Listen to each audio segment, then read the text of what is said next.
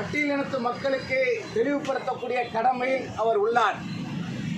ஏனென்றால் சிறு சம்பவங்களுக்கு கூட அந்த கட்சியினர் குற்றவாளியாக சேர்க்கப்பட்டால் அந்த கட்சியிலிருந்து உடனடியாக பதவி நீக்கம் செய்கின்றார்கள். அந்த ஆம்ஸ்ட்ராங் கொலையை பொறுத்தவரை தமிழகத்தில் உள்ள அத்துணை கட்சிகளும் இதில் பங்கேற்றுள்ளது. அந்த குற்றவாளிகளை இதுவரை எந்த ஒரு கட்சியும் அந்த கட்சியிலிருந்து நீக்கியதாக இதுவரை செய்திகள் எதுவும் வரவில்லை.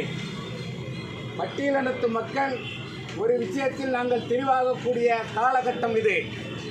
ஏனென்றால் நாங்கள் எந்த கட்சியில் இருந்தாலும் எங்களுக்காக போராடக்கூடிய தலைவர்களை, பொதுமக்களை, பட்டியலினத்து மக்களை அறிவு சார்ந்து ஓட்டு வங்கி இல்லாமல் அதிகார